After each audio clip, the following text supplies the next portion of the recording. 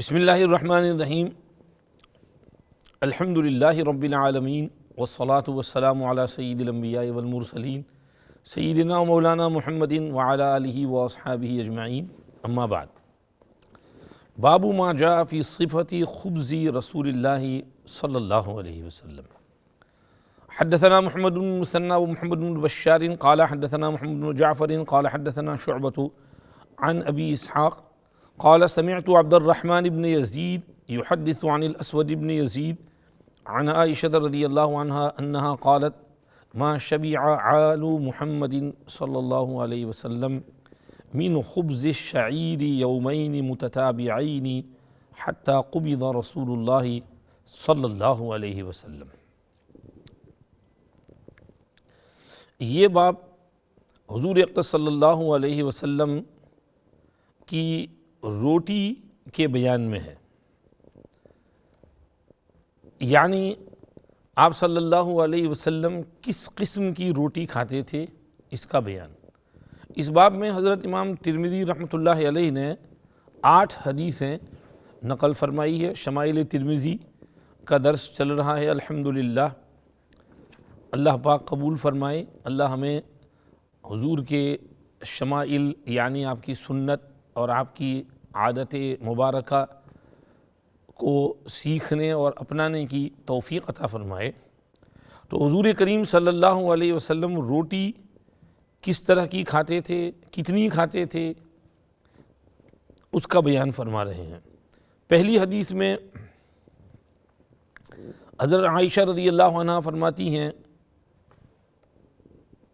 حضور اقدس صلی اللہ علیہ وسلم کی وفات تک حضور اکرم صلی اللہ علیہ وسلم کے اہل و عیال نے مسلسل 2 دن کبھی بھی جو کی روٹی سے پیٹ بھر کر کھانا نہیں کھایا۔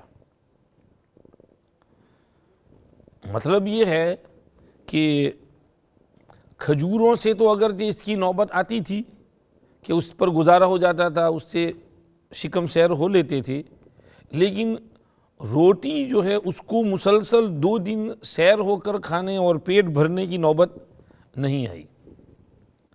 اب یہاں پر ایک سوال ہو سکتا ہے کہ آپ صلی اللہ علیہ وسلم کی تو 9 بیویاں تھیں انتقال کے وقت، اور آپ صلی اللہ علیہ وسلم ان کا گزر اوقات اور کھانا اور نفقہ مرحمت فرمایا کرتے تھے، تو آپ صلی اللہ علیہ وسلم کے گھرانے میں آپ کے اہل و عیال کو، فیملی ممبرز کو، دیکھو اہل و عیال میں آپ کی وائفز تو پہلے شامل ہیں۔ آج کل کچھ لوگ اہل بیت کو صرف پنجتن پاک کے ساتھ مخصوص رکھتے ہیں، یہ غلط ہے۔ اہل و عیال میں پہلے تو آپ کے اہل میں آپ کی وائف ہیں، حضرت عائشہ آپ کے اہل بیت میں ہیں، حضرت حفصہ آپ کے اہل بیت میں ہیں، حضرت ام سلمہ، حضرت زینب آپ کے اہل بیت میں ہیں۔ ایک شیعہ نے کسی عالم سے پوچھا کہ جنت میں کس کا درجہ زیادہ ہوگا، حضرت فاطمہ کا یا حضرت عائشہ کا؟ تو انہوں نے جواب دیا کہ بھئی دیکھو میں نے جنت دیکھی تو نہیں ہے کہ میں وہاں جا کر کے آپ کو آ کر بتاؤں کہ بھئی کس کا درجہ بڑھا ہے، وہ تو اللہ بہتر جانتے ہیں، غیب کی باتیں اللہ کو معلوم ہیں۔ میں صرف اتنا جانتا ہوں کہ جنت میں حضرت فاطمہ رضی اللہ عنہ حضرت علی کے ساتھ ہوں گی، اور حضرت عائشہ رضی اللہ عنہ حضور اکرم صلی اللہ علیہ وسلم کے ساتھ ہوں گی۔ اب آپ بتاؤ جنت میں حضور اکرم صلی اللہ علیہ وسلم کا درجہ بڑھا ہوا ہوگا یا حضرت علی کا؟ اسے تم خود سمجھ لو۔ تو حضرت عائشہ تو حضور کے اہل بیت میں ہیں، فیملی میں ہیں، بے شک حضرت فاطمہ رضی اللہ عنہ حضور کی دختر نیک اختر لخت جگر ہیں، آپ کی چہیتی اور پیاری سیدۃ النساء اہل الجنہ ہیں، مگر حضور کی 3 بیٹیاں اور بھی تو تھیں، حضرت زینب، حضرت رقیہ، حضرت ام کلثوم، اور وہ بھی آپ کے اہل بیت میں ہیں، اور حضرت عائشہ، حضرت حفصہ، ام سلمہ، سب۔ تو یہاں جو کہہ رہے ہیں حضور کے اہل و عیال، تو یہ بات ہو رہی ہے حضور کی بیویوں کی۔ حضرت عائشہ کہہ رہی ہیں کہ حضور کے گھرانے میں آپ کے اہل و عیال یعنی آپ کے بیوی بچوں نے پیٹ بھر روٹی 2 دن مسلسل نہیں کھائی۔ یہاں سوال پیدا ہوتا ہے کہ آپ صلی اللہ علیہ وسلم خرچہ تو دیتے تھے سب کو، چنانچہ وفات کے وقت بھی آپ صلی اللہ علیہ وسلم نے مدینہ شریف میں ایک یہودی سے 30 صاع جو قرض لیا تھا اور اپنا ایک زرہ گروی میں رکھا تھا۔ معلوم ہوا حضور اس وقت بھی بیویوں کو ان کے اخراجات اور کھانے پینے کی چیزیں ان کو فراہم کی تھیں، اور یاد رہے کہ اس زمانے میں ہمارے زمانے کی طرح سے یہ ایکسٹرا فضول خرچیاں نہیں تھیں۔ ہمارے زمانے میں تو بہت زائد خرچے بھی ہیں، اور اوپر سے پھر سب بلز وغیرہ بھی ہیں، گھروں کے بل، گیس بل، لائٹ بل، فون بل، اور یہ ٹیکس، وہ ٹیکس، فلاں ٹیکس، تو یہ سب دینا پڑتا ہے۔ اور اس زمانے میں تو یہ سب چیزیں نہیں تھی، سادہ سا مکان تھا، اور کپڑا تو جو مل گیا وہ ہے، وہ چل رہا ہے۔ ان کو کپڑوں کا شوق نہیں تھا ہماری طرح کہ وارڈروب بھی اوور فلو ہو رہا ہو۔ کھانے پینے میں جو چیز ضرورت ہے وہ مل جاتی تھی، حضور خرچہ دیتے تھے۔ تو پھر یہاں سوال پیدا ہوتا ہے کہ حضور جب خرچہ دیتے تھے تو پھر ان کے گھر میں یہ مسلسل 2 دن روٹی کیوں نہیں پکی؟ ہمارے یہاں تو دن میں 2 ٹائم روٹی پکنی چاہیے، بلکہ ہم تو 3 4 ٹائم کھاتے ہیں۔ بریک فاسٹ کھاتے ہیں، لنچ کھاتے ہیں، پھر ٹی کرتے ہیں، پھر ڈنر کھاتے ہیں، اور بیچ میں سنیکس بھی چلتے ہیں ہمارے۔ تو یہ سب ہمارا جو ہمارے تو گھر میں اگر ایک دن چولہا نہ پکے تو ہماری موت آ جائے، مر جائیں ہم تو۔ اور یہاں تو سمجھیے کئی دن تک چولہا نہیں پکتا ہے، اور 2 دن مسلسل کنٹینیوس روٹی نہیں کھا رہے ہیں۔ ایک دن روٹی ہے تو دوسرے دن جو ہے، دوسرے دن کھجور ہے۔ تو سمجھیے کہ ایسا کیوں کہ بھئی تو اس کا جواب اس کے حضرت شیخ رحمۃ اللہ علیہ نے مختلف جواب دیے ہیں۔ نمبر 1 جواب حضرت شیخ نے یہ دیا کہ ہو سکتا ہے یہاں اہل کا لفظ زائد ہو اور مراد خود حضور کی ذات ہو، کہ آپ صلی اللہ علیہ وسلم نے خود جو ہے وہ 2 دن مسلسل جو کی روٹی سے پیٹ نہیں بھرا۔ گھر والوں کو تو کھلا دیتے تھے، لیکن آپ کو یہ فاقہ اور بھوکا رہنا اچھا لگتا تھا، آپ کو اس میں مزہ آتا تھا، آپ کو شوق ہوتا تھا اور خوشی ہوتی تھی آپ کو بھوکا رہنے میں۔ اسی لیے آپ بہت مرتبہ صوم وصال فرماتے تھے۔ صوم وصال کے معنی ایک دن کے روزے کو دوسرے دن کے روزے سے جوڑنا، یعنی شام کو مغرب بعد افطار نہ کرنا اور پوری رات کچھ نہ کھانا نہ پینا، اور دوسرے دن سحری میں بھی کچھ کھانا پینا نہیں۔ اور آج اگر مثال کے طور پر سیٹرڈے ہے اور کل سنڈے ہے تو سیٹرڈے کا روزہ سنڈے کا روزہ کنیکٹ کر دیا، جوڑ دیا، سنڈے کو سیٹرڈے کے ساتھ جوائن کر دیا، اسی طرح پھر منڈے کو سنڈے سے جوائن کر دیا۔ تو یہ مسلسل کنٹینیوس 4-5 دن تک کچھ کھائے پیے بغیر مطلق ایسے ہی گزارا کرنا، یہ بڑی عجیب طاقت ہے۔ صحابہ نے اس کی کوشش کی، حضور نے منع کیا، تم نہ کرو ایسا۔ فرمایا انی لست کہیئتکم انی ابیت یطعمنی ربی ویسقینی، میں رات دن اس طرح گزارتا ہوں کہ اب میرے رب مجھے کھلا دیتے ہیں، پلا دیتے ہیں، تو مجھے اس میں کوئی دقت پریشانی نہیں ہوتی ہے، اللہ میرا گزارا کرا دیتے ہیں، کھانے پینے میں جو پروٹین وٹامن کی ضرورت پڑتی ہے اللہ مجھے ویسے ہی دے دیتے ہیں۔ تو یہ سمجھیے کہ حضور کا حال تھا، تو حضور کے بارے میں خود کہہ رہی ہیں۔ چنانچہ اس باب کے اخیر میں ایک حدیث آ رہی ہے، اس میں صرف حضور کا ذکر ہے، اہل و عیال کا نہیں۔ تو حضرت عائشہ نے اہل و عیال کا تذکرہ جو یہاں فرمایا، مراد خود حضور کی ذات ہو سکتی ہے۔ یہ نمبر 1 جواب حضرت شیخ نے دیا۔ نمبر 2 دوسرا جواب جو اس سے اچھا ہے وہ یہ ہے کہ حضور اکرم صلی اللہ علیہ وسلم ازواج مطہرات کو ان کا پورا سال بھر کا خرچہ ایک ساتھ دے دیتے تھے۔ جب اناج آتا تھا، سیزن ہوتی تھی اور اناج آیا ہے تو جو ہے بھر دیا، پورے سال کے جو بھر دیے، اب اس میں سے تھوڑے تھوڑے جو نکال کر پیس کر کے آٹا بنا کر کے اس کی روٹی کھا لیا کرتے تھے۔ لیکن بیویاں بھی تو حضور کی بیویاں تھیں، وہ حضور کی سخاوت دیکھتی تھیں اور ان کو بھی سخاوت کا شوق ہوتا تھا، تو حضور کی اتباع میں وہ سال بھر کا جو اناج تھا وہ 2-3 مہینوں میں خرچ کر ڈالتی تھیں۔ کوئی سائل آ گیا تو اس کو دے دیا، کوئی اور ضرورت پیش آئی وہاں دے دیا، کسی مسکین کے یہاں بھیج دیا، کسی یتیم کی مدد کر دی، کہیں کوئی قیدی آئے تو ان کے لیے کھانا بھیج دیا۔ وہ تو ڈھونڈتی تھیں کہ کہاں خرچ کرنے کا موقع ملے، تو آخرت کو ترجیح دیتی تھیں۔ وہ اناج پورا جلدی ختم ہو جاتا تھا، پھر ایسے ہی گزارا کرتی تھی، اور کہیں سے کچھ مل گیا، آ گیا دودھ آ گیا تو وہ پی لیا، کھجور کھا لیا اور پانی پی لیا، اس طرح سے گزارا کرتی تھیں۔ تو اس لیے یہ سمجھیے کہ حضور پر کوئی اشکال نہیں ہے کہ خرچہ نہیں دیتے، خرچہ پورا دیتے تھے، لیکن یہ ازواج مطہرات اپنی سخاوت کی وجہ سے اس کو جلدی 2-4 مہینے میں خرچ کر دیتی تھیں اور باقی مہینے مہینے ایسے ہی گزرتے تھے دوسری سیزن تک۔ نمبر 3، حضرت شیخ فرماتے ہیں تیسرا جواب یہ بھی ہو سکتا ہے کہ سال بھر کا جو خرچہ حضور دیتے تھے وہ اسی حساب سے ہو، کہ روزانہ پیٹ بھر کر روٹی کھانے کے حساب سے نہیں، بلکہ کچھ دن روٹی، کچھ دن کھجور پر گزارا، کچھ دن اس کے اوپر، کچھ دن اس کے اوپر، تو وہ اس طرح سے حساب اس کا بیٹھتا ہو۔ یا نمبر 4، ہو سکتا ہے کہ اس میں کھجور حضور پرووائڈ کرتے تھے تو وہ کھجور سمجھیے کہ بھی نفقے میں آ جائے۔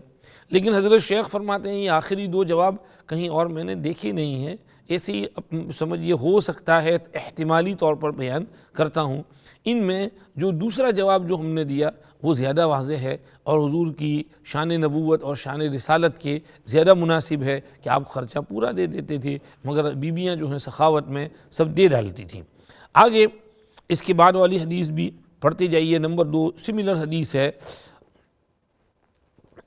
عن ابی امامۃ الباہلی رضی اللہ عنہ قال ما كان يفضل عن اہل بیت رسول اللہ صلی اللہ علیہ وسلم خبز الشعیر۔ حضرت ابو امامہ رضی اللہ عنہ کہتے ہیں حضور اکرم صلی اللہ علیہ وسلم کے اہل بیت میں جو کی روٹی کبھی نہیں بچتی تھی۔ دیکھو حضرت ابو امامہ نے لفظ کہا کیا یوز کیا ہے، اہل بیت، اور یہاں بیان کس کا ہو رہا ہے، بیویوں کا، اس لیے کہ اہل بیت کے معنی گھر والے۔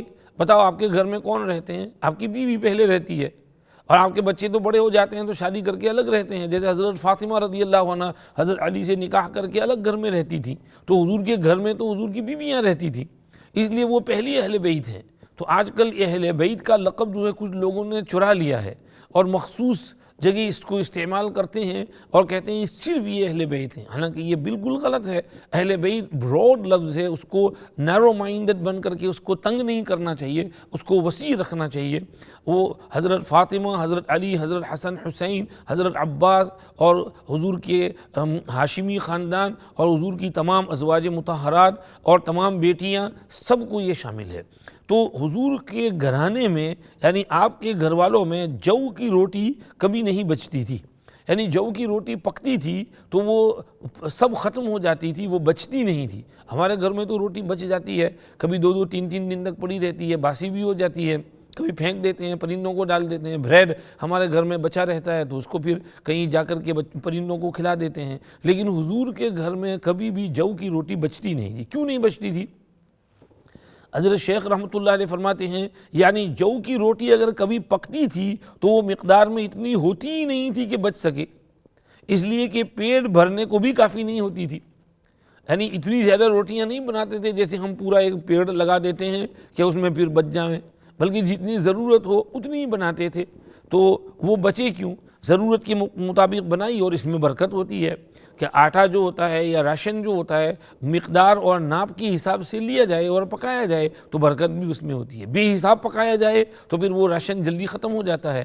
اس لیے فرمایا کہ حضور کے گھر میں جو کی روٹی کبھی بچتی نہیں تھی، اس لیے کہ مناسب مقدار سے لیتے تھے اور وہ بھی پیٹ بھرنے کو کافی نہیں ہوتی تھی، بقدر ضرورت استعمال ہوتا تھا۔ نیز اس پر مزید یہ کہ حضور اکرم صلی اللہ علیہ وسلم کے یہاں مہمانوں کی کثرت ہوتی تھی، باہر سے مہمان بہت آتے تھے تو حضور وہ روٹیاں ساری ان کو کھلا دیتے تھے۔ ایک دفعہ کہیں سے مہمان آئے، حضور نے فرمایا بھئی ان مہمانوں کو کون اپنے اپنے گھر لے جائے گا؟ تو کوئی صحابی 1 مہمان لے گیا، کوئی 2 مہمان لے گیا، کوئی 3 مہمان لے گیا، حضرت ابو بکر 4 مہمان اپنے گھر لے گئے، اور حضور پاک صلی اللہ علیہ وسلم اپنے گھر 10 مہمانوں کو لائے اور 10 کو کھانا کھلایا۔ تو یہ مہمانوں کی حضور کی یہاں کثرت ہوتی تھی، اور مزید یہ کہ اہل صفہ تو مستقل طور سے حضور کے مہمان تھے، آپ صلی اللہ علیہ وسلم ان کا بہت خیال فرماتے تھے۔ حضرت ابو ہریرہ رضی اللہ عنہ تو اہل صفہ کے سردار تھے، تو کہیں سے کچھ کھانا وانا آتا اور آپ صلی اللہ علیہ وسلم تناول فرماتے تو اہل صفہ کو بھی اپنے ساتھ شامل فرما لیتے یا ان کے پاس بھیج دیتے کہ جاؤ صفہ والوں کو اتنا دے کر آؤ کہ بیچارے میری وجہ سے ہجرت کر یہاں آئے ہیں اور مدینے میں پڑے ہوئے ہیں۔ تو آپ صلی اللہ علیہ وسلم کی کچھ عجیب شان تھی، اس لیے آپ کے گھر میں جو کی روٹی بچتی نہیں تھی، پکتی کم تھی حساب کے حساب سے، اور وہ جو ختم ہو جاتی تھی کبھی مہمانوں کو کھلا دیتے تھے، کبھی صفہ والوں کو شامل کر لیتے تھے، اس لیے آپ کے گھر میں بچی ہوئی روٹی کبھی نہیں ملتی تھی۔ آگے چلیے، عن ابن عباس رضی اللہ عنہما قال كان رسول الله صلى الله عليه وسلم يبيت الليالي المتتابعة طاويا هو وأهله لا يجدون عشاء وكان أكثر خبزهم خبز الشعير۔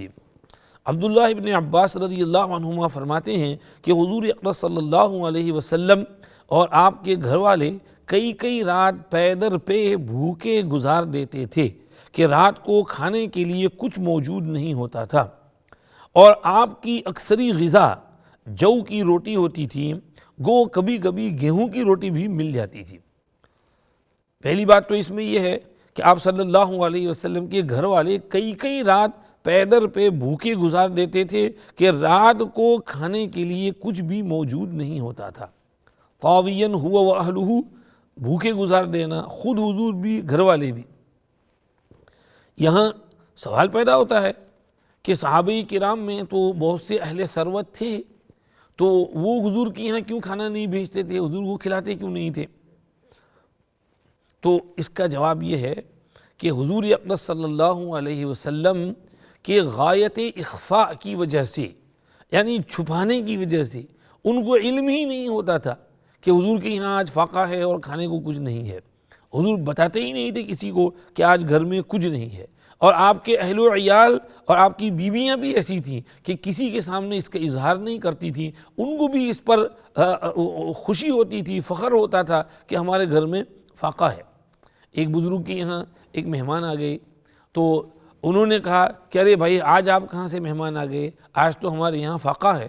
تو مہمان بھی کہنے لگے کہ پھر ہم بھی سمجھیے کہ آپ کے فاقے میں آپ کے مہمان رہیں گے، آپ کے ساتھ فاقہ کریں گے۔ تو یہ فاقہ کو مہمان سمجھتے تھے کہ فاقہ آیا ہوا ہے آج کل، تو الحمدللہ اگر اللہ یہی چاہتے ہیں تو ہم اسی حالت پر خوش ہیں۔ تو حضور کے گھر میں اخفاء ہوتا تھا، چھپاتے تھے، کسی کے سامنے اظہار نہیں ہوتا تھا۔ مشائخ کا بھی یہی معمول رہا ہے، کبھی بھی اپنی بات ظاہر نہیں کرتے تھے۔ حضرت شیخ عبد القدوس گنگوہی رحمۃ اللہ علیہ ہمارے سلسلے چشت میں بڑے اکابر اولیاء اللہ میں سے ہیں۔ ان کے حالات میں ہے کہ ایک مرتبہ حضرت کے گھر میں فاقہ تھا، تو بھوک سے بے چین تھے، تو آپ بھی، آپ کے گھر والے بھی اور بچے بھی بیٹھ کے ذرا بھوک سے بے چین ہیں اور تڑپ رہے ہیں۔ تو گھر کی خادمہ جو تھی، ماما صاف صفائی کے لیے آئی تھی، اس نے باہر کسی کو کہہ دیا، تو انہوں نے کچھ کھانا وانا پکا کے بھیجا حضرت کے گھر پر۔ تو حضرت نے تحقیق کی، بھئی ان کو کیسے پتہ چلا کہ آج ہمارے گھر میں فاقہ ہے؟ معلوم ہوا کہ گھر کی ماما نے بتا دیا تھا۔ تو حضرت نے اس کو بلایا کہ بھئی تم نے ہمارے گھر کی بات باہر کر دی، اور ایک راز تھا وہ باہر تم نے کیوں بتا دیا، اس لیے اب تم جو ہے کسی اور کے یہاں کوئی دوسری نوکری ڈھونڈ لو، ہم جو ہے دوسری ماما ڈھونڈ لیں گے، کہ بھئی گھر کے راز کی بات باہر نہیں جانی چاہیے۔ ہم لوگوں میں سے کوئی ہوتا تو ہم خوش ہوتے کہ ماشاءاللہ بڑی اچھی خادمہ ہے کہ باہر بتا دیا اور کھانا بھی آ گیا۔ تو یہ حضرات بتاتے نہیں تھے، ظاہر نہیں کرتے تھے۔ بلگرام کے ایک بزرگ تھے، بچوں کو سبق پڑھاتے تھے، طلبہ کو کتابیں پڑھاتے تھے، حدیث کی کتابیں۔ ایک مرتبہ حضرت کے گھر میں فاقہ ہو گیا، تقریباً 3 دن گزر گئے کہ حضرت نے کچھ کھایا نہیں، مگر سبق برابر پڑھاتے رہے اور بتایا نہیں کسی کو۔ بشاشت کے ساتھ آتے تھے، وضو کر کے اور خوشبو لگا کر، اچھے کپڑے پہن کر، مسکراتے ہوئے سبق پڑھاتے تھے۔ اب لیکن تیسرے دن سبق پڑھانے کے لیے آئے تو ایک دم طبیعت کمزور، منہ جو ہے گرا ہوا ہے اور بے چینی ہے، اور مشکل سے بولا نہیں جا رہا، آواز نہیں نکل رہی۔ ایک طالب علم راز پا گیا، سمجھ گیا کہ حضرت کی یہاں فاقہ ہے، تو اس نے ایسا کیا کہ وہ سبق میں سے اٹھا، باہر گیا، بھٹیار یہاں کے یہاں ہوٹل میں سے کچھ سمجھیے کہ روٹی جلدی سے لی، تھوڑا سالن والن اس کے ساتھ لیا، اور آ کر کے حضرت کی خدمت میں رکھا کہ حضرت کھا لیجئے اس کو۔ حضرت نے فرمایا بیٹے جزاک اللہ، تو بہت سمجھدار ہے، واقعی اس وقت میری حالت یہ ہے کہ میں اگر مردار بھی میرے سامنے آ جائے تو میں کھا سکتا ہوں، کیونکہ میں اضطرار کی کیفیت تک پہنچ گیا ہوں، مجبور ہوں۔ لیکن حدیث شریف کی مخالفت کرنا اچھا نہیں لگتا ہے۔ حدیث میں آیا ہے کہ جو مال اشراف نفس کے ساتھ آئے اس کو نہیں لینا چاہیے، اشراف کے معنی نفس جس کی طرف للچائے. اور تو جب یہاں سبق سے اٹھ کر گیا تو میرے دل میں یہ خیال آیا تھا کہ یہ طالب علم سمجھ گیا ہے اور کھانے لینے جا رہا ہے, تو نفس میں لالچ پیدا ہو گئی, اشراف ہو گیا, اس لیے میں حدیث کی مخالفت نہیں کرتا, تو اس کھانے کو لے جا, اللہ تجھے برکت عطا فرمائے. طالب علم نے بھی کہا کہ حضرت میں کون آپ سے حدیث کی مخالفت کرانے والا, نو پرابلم. اس نے بھی یہ کھانا لیا, وہ روٹی لپیٹی باندھی اور یہ جا وہ جا, چلا گیا. تھوڑی دیر باہر جا کر گھوم کر کے واپس آیا, پھر کھانا رکھا, حضرت اب لیجیے, اب تو کھا لیجیے, اب تو اشراف نہیں ہے کیونکہ میں تو لے کر چلا گیا تھا, تو دل میں سے وہ خیال نکل گیا تھا آپ کا. حضرت بھی مسکرائے, اس کا شکریہ ادا کیا, بسم اللہ بول کر کے حضرت نے کھایا. اب دیکھو حضرت کے دل سے جو دعا نکلی ہوگی وہ عرش بری پہ پہنچی ہوگی. تو یہ حضرات اپنے فاقہ کو چھپاتے تھے. سرکار دو عالم صلی اللہ علیہ وسلم بھی کسی کے سامنے اپنے فاقہ کا اظہار نہیں کرتے تھے, اور حضرت کی بیویاں بھی ایسی ہی تھیں, وہ بھی کبھی کسی کے سامنے اپنا اظہار نہیں کرتی تھیں. اس لیے ورنہ صحابہ تو جہاں نثار تھے, وہ کہاں حضور کو اس طرح بے چینی میں وقت گزارنے دیتے. دیکھتے نہیں وہ غزوہ خندق کے موقع پر حضرت جابر کو اندازہ ہو گیا کہ حضور بھوکے ہیں, پیٹ پہ پتھر باندھے ہوئے ہیں, تو جا کر گھر کھانا پکایا تھا اور وہ بکری کا بچہ ذبح کیا اور پھر وہ روٹی پکائی اور حضور نے سب کو بلا لیا اور 1000 آدمیوں نے کھایا, اس میں سے معجزہ حضور کا وہاں ظاہر ہوا. تو صحابہ کو جہاں پتہ چل جائے وہاں تو بیچارے اپنے سے جو ہو سکے وہ کرتے تھے اور خدمت میں پیش کرتے تھے. بہرحال یہ حدیث نمبر 3 ہوئی. آگے حدیث نمبر 4 میں بھی اسی طرح کا کچھ مضمون آ رہا ہے, اس کو ہم انشاءاللہ بعد میں پڑھ لیں گے. اللہ رب العزت والجلال ہمیں بھی سادگی کے ساتھ زندگی گزارنے کی توفیق دے. یہ بہت کھانا اور طرح طرح کی چیزیں اور چٹنی چٹاکا اور اچھی اچھی چیزیں پیٹ میں بھرنا یہ کوئی اچھی چیز نہیں ہے. تھوڑا ہم کو فاقے کی بھی عادت ڈالنا چاہیے, تھوڑا بھوکا رہنے کی بھی عادت ڈالنا چاہیے, اپنے شہوات پر کنٹرول بھی کرنا چاہیے. بہت زیادہ ریسٹورانٹ اور ٹیک اوے اور ہوٹل, چاہے آپ ملینئر کیوں نہ ہو, لیکن اس طرح کی عادتیں نہیں ڈالنا چاہیے. سیدنا عمر بن خطاب رضی اللہ عنہ کی خدمت میں ایک مرتبہ آپ نے پانی منگوایا, تو جو آدمی پانی لینے گیا اس نے کہا کہ چلو میں اس میں تھوڑا سا شہد ملا دیتا ہوں تاکہ پانی میٹھا ہو جائے اور ذرا اچھا لگے پینے میں.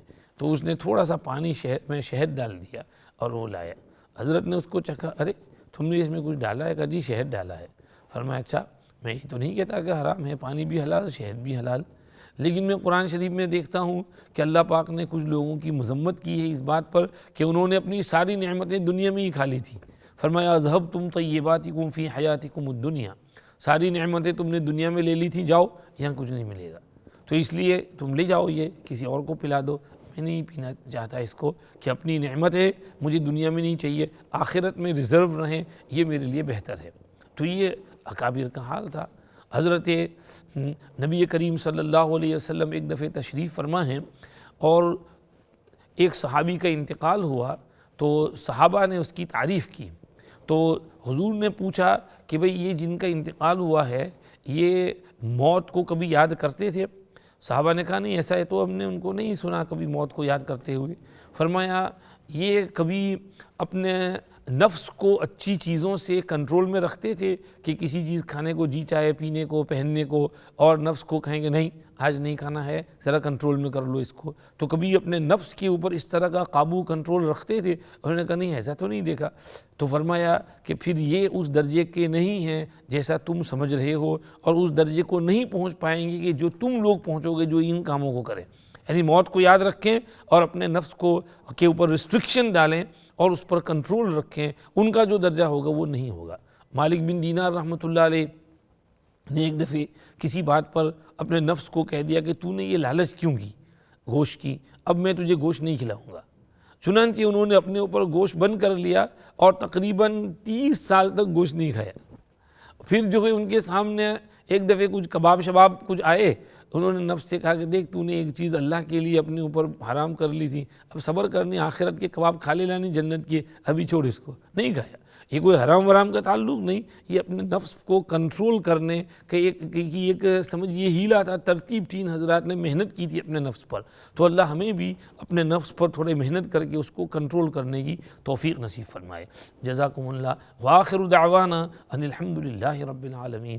وصلی اللہ وسلم علی سیدنا محمد وآلہ واصحابہ اجمعین برحمتک یا ارحم الراحمین۔